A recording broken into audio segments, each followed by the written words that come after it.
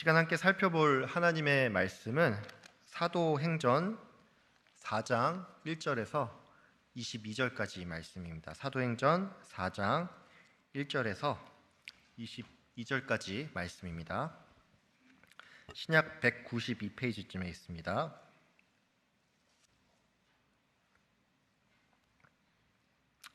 하나님의 말씀을 제가 읽겠습니다. 사도들이 백성에게 말할 때 제사장들과 성전 맡은 자와 사두개인들이 이르러 예수 안에 죽은 자의 부활이 있다고 백성을 가르치고 전함을 싫어하여 그들을 잡음에 날이 이미 저물었으므로 이튿날까지 가두었으나 말씀을 들은 사람 중에 믿는 자가 많으니 남자의 수가 약 5천이나 되었더라.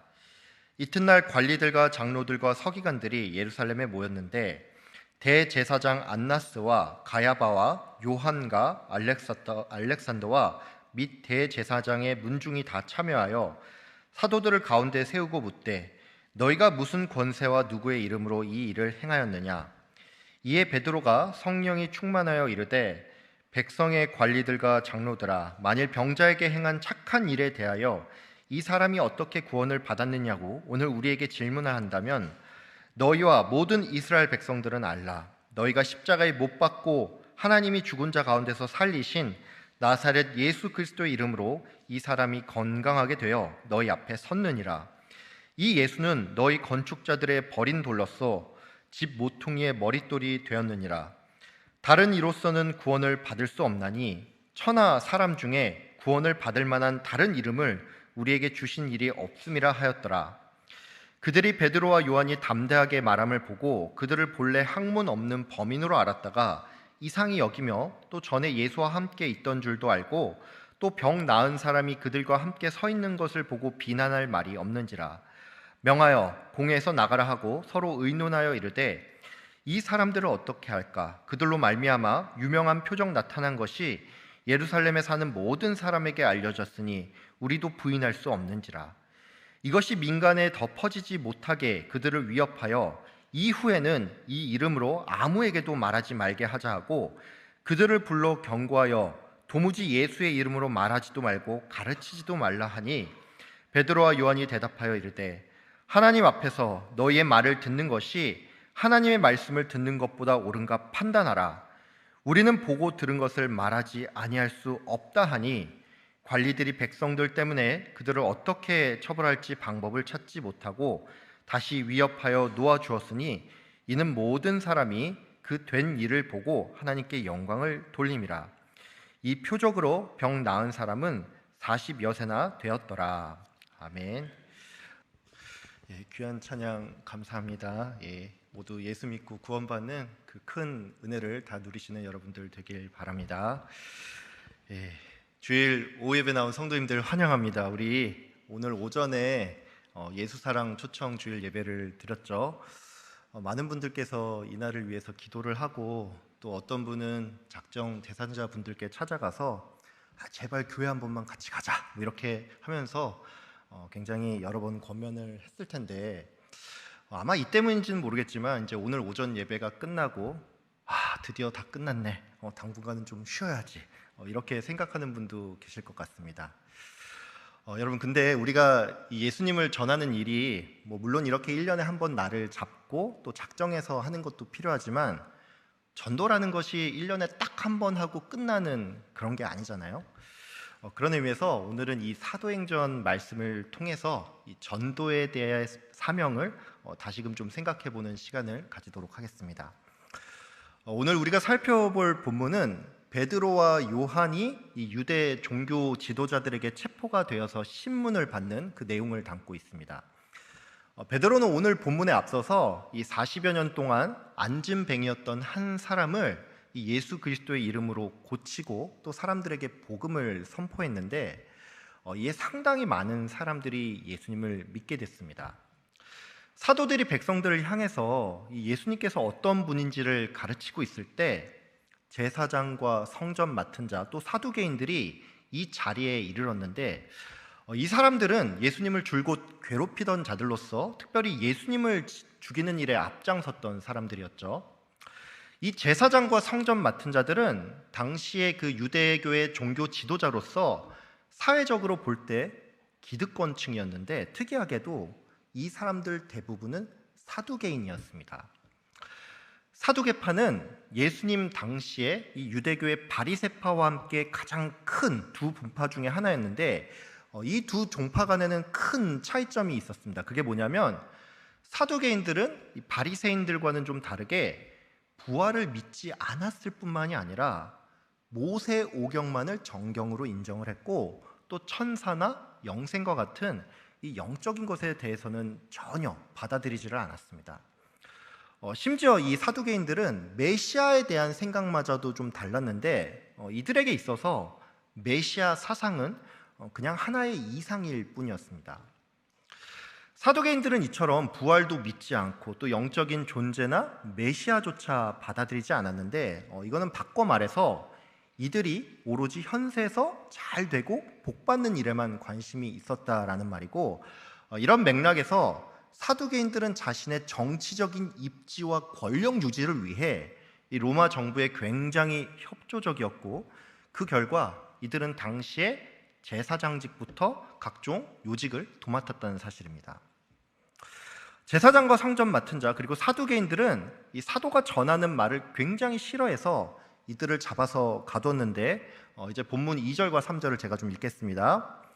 예수 안에 죽은 자의 부활이 있다고 백성을 가르치고 전함을 싫어하여 그들을 잡음에 날이 이미 저물었으므로 이튿날까지 가두었으나 사두개인들은 앞서도 설명을 드렸지만 종교 지도자이면서 동시에 기득권층이었습니다. 그렇기 때문에 이들은 베드로와 요한이 백성들에게 뭔가를 가르치는 그 행위 자체를 못마땅하게 여겼습니다. 쉽게 말해서 이거죠.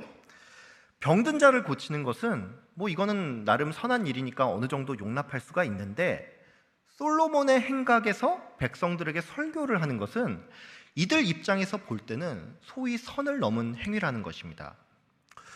특별히 제사장의 입장에서 이 베드로의 설교는 도무지 납득하기 어려운 일이었는데 이게 왜 그러냐면 제사장은 제사와 예배를 주관하는 사람들로서 백성들에게 뭔가를 가르칠 수 있는 사람은 최소한 서기관이나 랍비 정도는 되어야 한다라는 것입니다. 그러니까 이들이 볼 때 이 사도라는 사람이 갑자기 나타나서 이 백성들에게 뭔가를 가르치는 일은 이게 오늘날로 비유하자면 교회 강단에 신대원도 나오지 않은 사람이 내가 계룡산에서 수행하다가 어느 날 꿈에 예수님이 나타났다라고 하면서 자기는 직통 계시를 받은 사람이라면서 정통 교리와는 전혀 맞지 않는 얘기를 하는데 문제는 이 사람의 말이 너무나도 유창한 나머지 사람들이 다 죄다 혹해 있으니까 이게 정말로 기가 막히고 코가 막히는 노릇이라는 것입니다.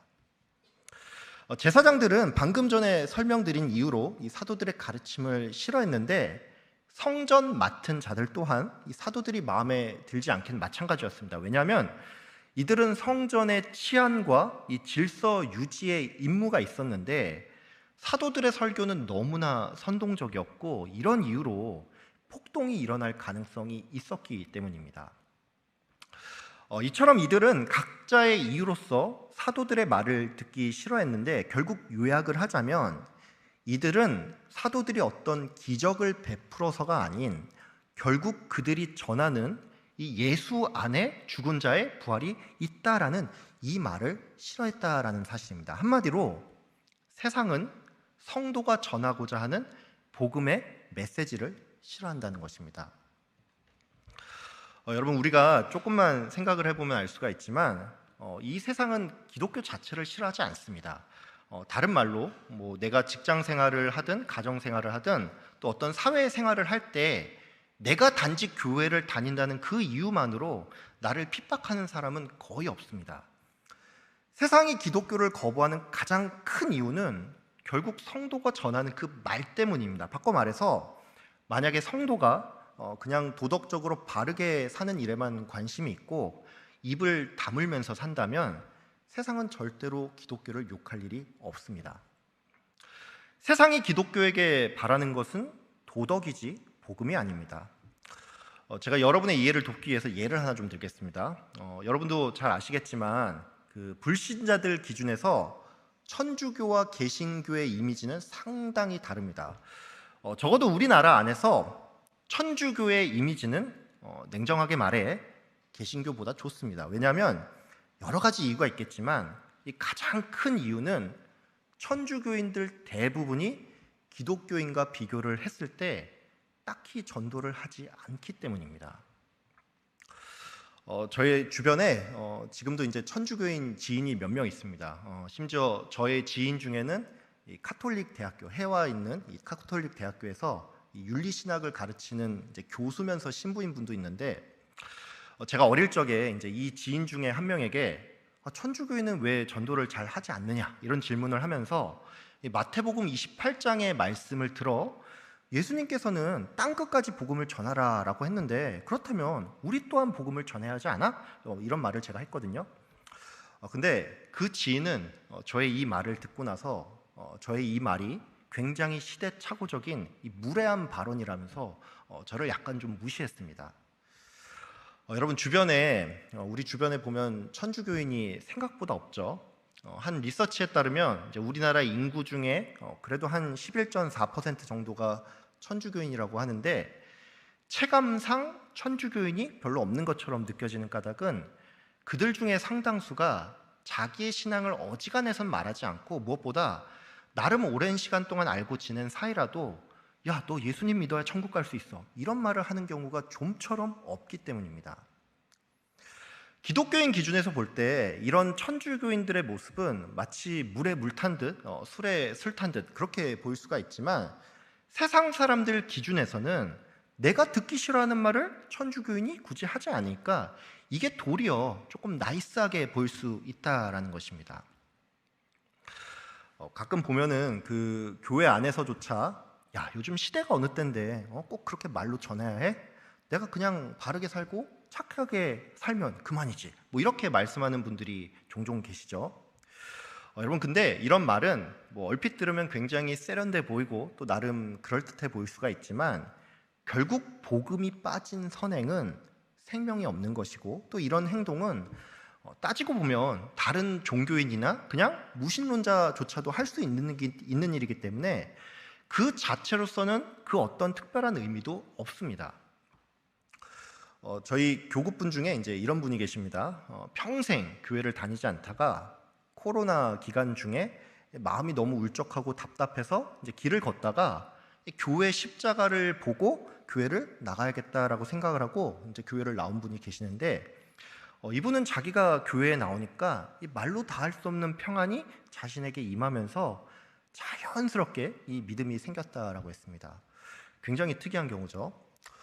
이분은 예수를 믿고 나니까 이게 너무나도 좋고, 또 그러다 보니까 내가 좀 더 어렸을 때부터 교회를 나왔으면 더 좋았을 거라면서 분명히 내 주변에는 이 교회를 다니는 사람이 있었을 텐데 왜 내가 이 나이 먹도록 나에게 교회 가자고 하는 사람이 한 사람도 없었는지 이게 잘 이해가 안 된다는 말을 제게 했습니다.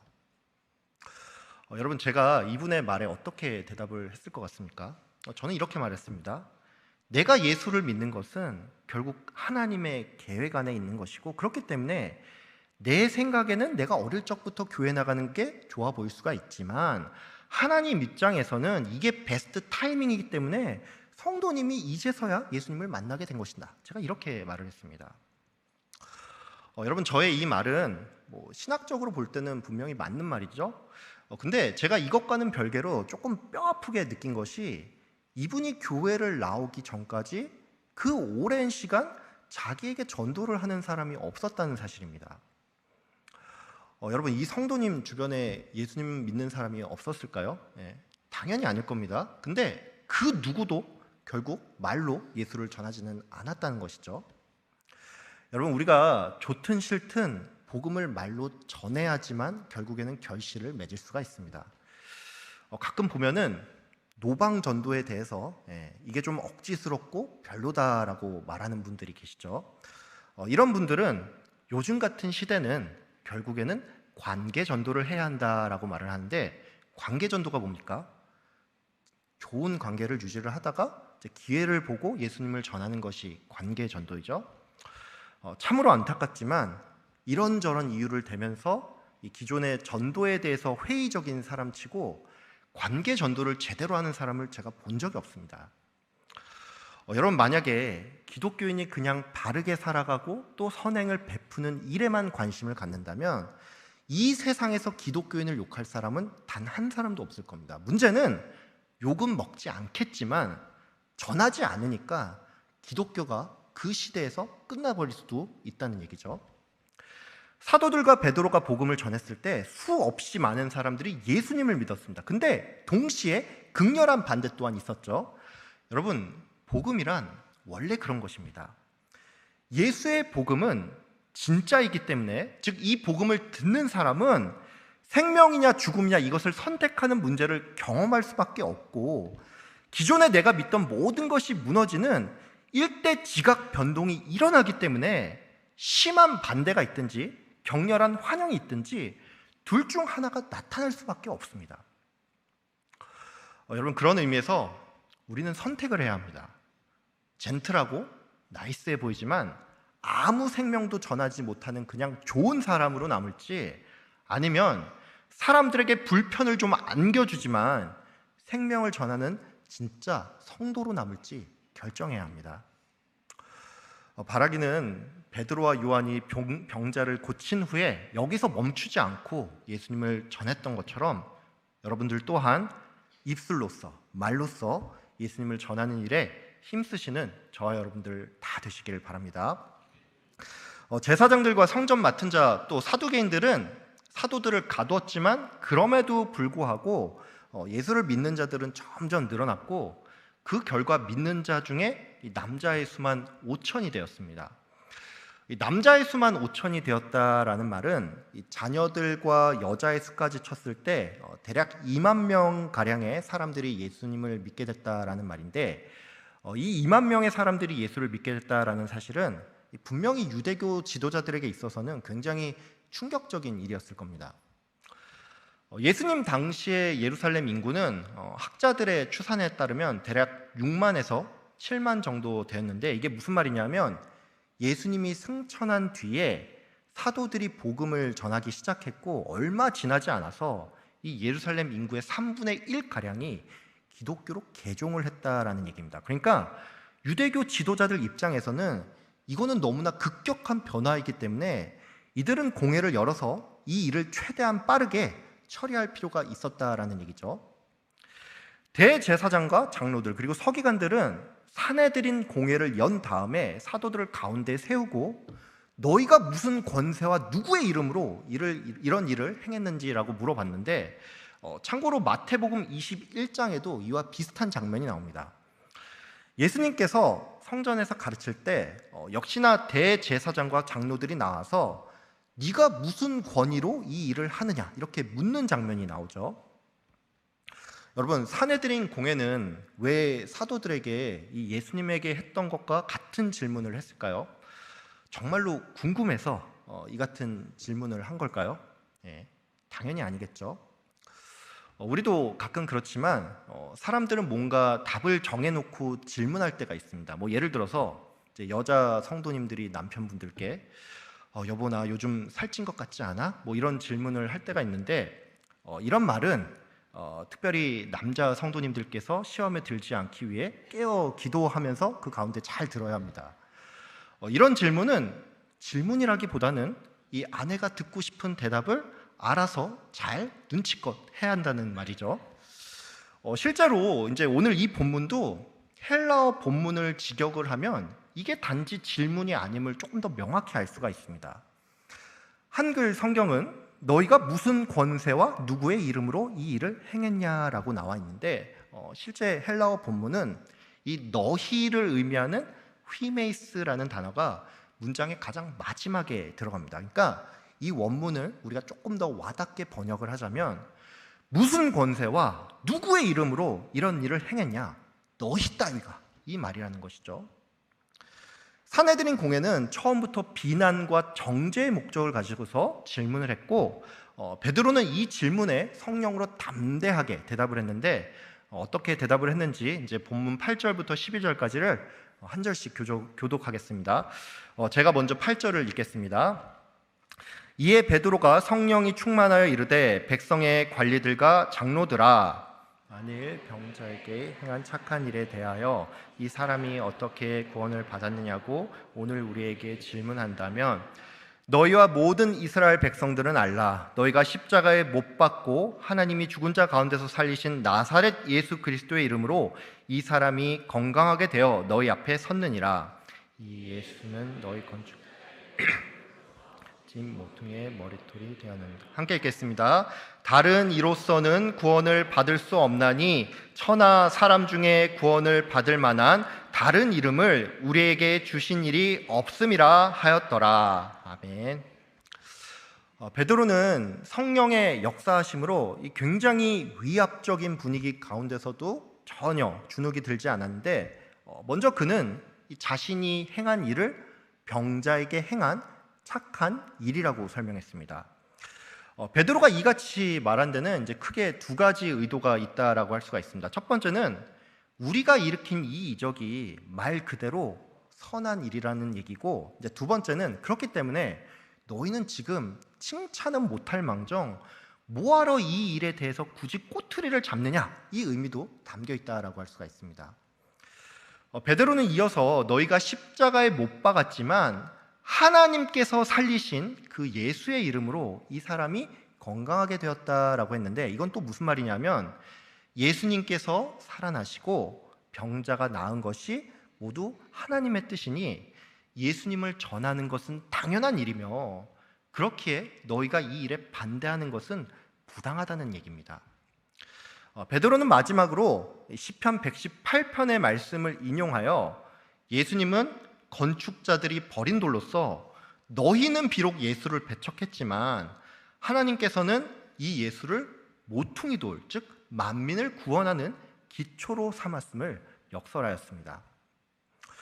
베드로는 여기서 멈추지 않고 예수님 외에는 너희가 구원받을 길이 없음을 밝혔는데, 이 부분은 조금 주목할 필요가 있습니다. 왜냐하면 베드로의 이러한 발언은 질문에 대한 답변이 아닌 우리를 핍박하는 너희 또한 예수를 통해서만 생명을 얻을 수 있다는, 즉 전도를 목적으로 이 말을 했다라는 것입니다.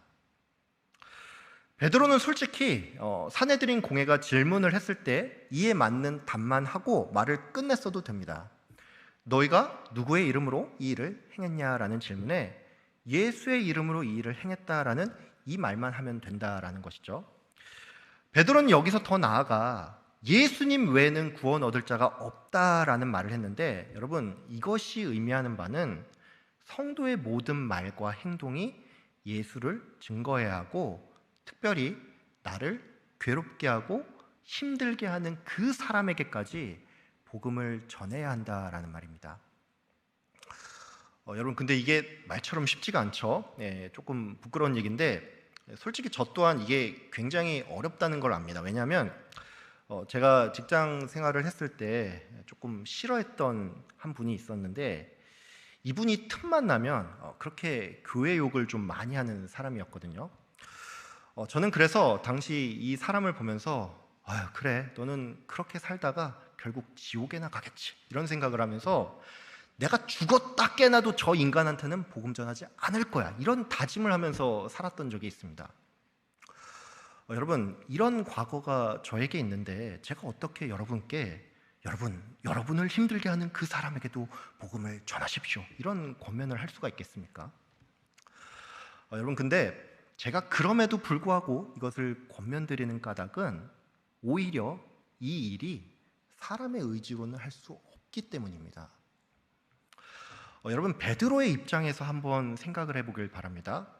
이 산헤드린 공회의 구성원 중에는 대제사장인 안나스와 가야바가 있었죠.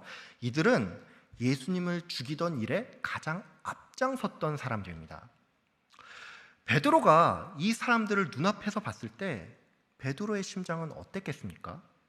인간적인 심정으로는 하나님께서 이들을 최대한 잔인하게 심판했으면 좋겠다라고 생각을 했을 텐데, 이들이 여전히 권력을 가지고서 자기들을 잡아다가 신문을 하고 있으니까 피가 거꾸로 솟는 기분이겠죠. 만약에 제가 이 같은 상황에 놓여 있었다면 저는 이 대제사장 무리를 향해서 이 각종 저주의 말을 쏟아내면 쏟아냈지 이 구원을 얻을 방법에 대해서는 절대로 말하지 않았을 겁니다. 근데 여러분, 베드로가 이처럼 구원의 길을 제시했다라는 것은 그가 자신의 힘으로 이 말을 한 게 아니라 성령께서 이 말을 하게끔 하셨다는 것입니다. 여러분, 우리가 성령 충만을 구하고 또 성령께서 내 안에서 역사해야지만 우리는 복음을 전할 수가 있습니다. 여러분, 내 의지로 복음을 전하지 못한다는 것에 너무 자책하지 마시고 나에게 원수 같고 또 나를 괴롭히는 그 사람에게도 복음을 전하기 위해서 먼저는 성령 충만을 구하고 성령이 내 입술을 주장하여 주시기를 항상 구하시는 저와 여러분들 다 되시길 바랍니다.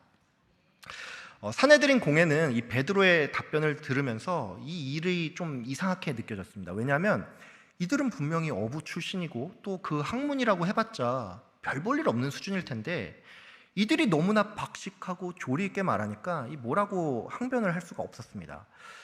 무엇보다 이들은 정말로 확실한 증거, 즉 병에서 나은 사람이 눈앞에 있으니까 딱히 더 할 말이 없었죠. 사내들인 공회는 자신들조차 부인할 수 없는 이 명백한 사실을 두고서도 예수님을 받아들이기는커녕 오히려 사도들을 위협하여 예수의 이름으로 전하지도 가르치지도 말라라고 그들을 위협했는데, 사도들은 이 공회의 협박 앞에 하나님 앞에서 너희의 말을 듣는 것이 하나님의 말씀을 듣는 것보다 옳은지 판단하라 라고 말하면서 우리는 보고 들은 것을 말하지 아니할 수 없다라고 대답했습니다. 유대교 지도자들은 백성들의 눈치를 살펴보고 또 자신들의 기득권이 뺏기지는 않을지 이런 세상적인 것들만 생각한 반면에 사도들은 정말로 이 하나님의 말씀에 순종하는 것만을 생각을 했는데, 그 결과 이를 지켜본 모든 사람들이 그 된 일을 보고 하나님을 찬양했습니다. 방금 전까지 오늘 본문을 좀 살펴보면서 성도는 결국 입술로, 말로써 복음을 전해야 하고 또 성령의 능력을 힘입어서 때로는 원수 같은 사람에게까지 복음을 전해야 한다라는 사실을 배웠죠. 근데 여러분, 이 복음 전하는 일을 위해서 가장 먼저 선행돼야 할 게 하나 있습니다. 그게 뭐냐면 성도가 말씀을 보고 듣는 일에 힘써야 한다는 사실입니다. 오늘 본문 20절에 보면은 사도들이 사내들인 공회를 향해서 우리는 보고 들은 것을 말하지 아니할 수 없다라고 말하는 장면이 나오죠. 사도들의 이 말이 뭡니까? 사도들은 내가 본 게 있고 또 들은 게 있으니까 너희가 우리를 아무리 협박해도 이 복음 전하는 일을 멈출 수 없다라는 얘기죠. 여러분, 사도들은 뭘 보고 뭘 들었습니까? 예수님께서 수많은 이적을 베푼 것을 보았고 또 그가 가르치는 말씀을 들었죠. 제자들은 또한 십자가에 달려 죽은 예수가 부활하여 자기들 앞에 나타난 것을 그들의 두 눈으로 똑똑히 목격했던 사람들입니다. 그러니까 이들은 내가 복음을 전한다고 해서 나에게 어떤 유익도 없고 오히려 핍박이 다가올 수 있음에도 불구하고 자신들이 보고 들은 것이 이게 보통 일이 아니고 너무나 압도적인 일이다 보니까 이 복음을 전하지 않고는 도무지 견딜 수가 없었다는 얘기입니다. 여러분, 우리에게 있어서 예수의 복음이 이와 같이 되어야 합니다. 전하지 않고는 견딜 수 없을 정도로 압도적인 것이 되어야 하는데, 그러기 위해서는 먼저 말씀을 읽고 이 말씀이 그냥 무미건조한 문자가 아니라 내 안에서 살아 역사하여서 내 마음을 치고 내가 또 이거를 전하지 못하면 이 마음이 견딜 수 없을 정도로 말씀이 살아 움직이도록 성령님께 간절히 구해야 한다는 것입니다. 여러분, 성도가 보고 들어야 할 것은 성경 말씀입니다. 죽어가는 영혼에게 생명의 복음이 되는 것은 바로 성경 말씀입니다. 이 말씀은 인간의 작품이 아닌 하나님의 살아있는 말씀입니다. 예수님께서는 제자들에게 너희가 성경에서 영생을 얻는 줄을 생각하고 성경을 연구하거니와 이 성경이 곧 나에 대해 증언한다라고 말씀했습니다. 여러분, 성경 말씀은 우리의 인생을 뒤흔들고 마른 뼈와 같은 나의 영혼에 생명을 더하며 죽은 영혼을 살리는 것입니다. 그러니까 여러분, 먼저 말씀을 가까이 하시고 이 말씀이 내 안에서 살아 역사하도록 간구하시는 우리 모두가 되기를 소망합니다. 말씀을 모를 때 우리는 예수를 증언할 수가 없습니다. 내가 예수의 죽음과 부활을 마치 내 눈과 귀로 보고 들은 것처럼 느껴야 하는데, 그러기 위해 말씀이 내 안에서 역사해야 합니다. 여러분, 말씀을 보고 들으십시오. 그리고 이것이 내 안에서 생생하기를 구하십시오.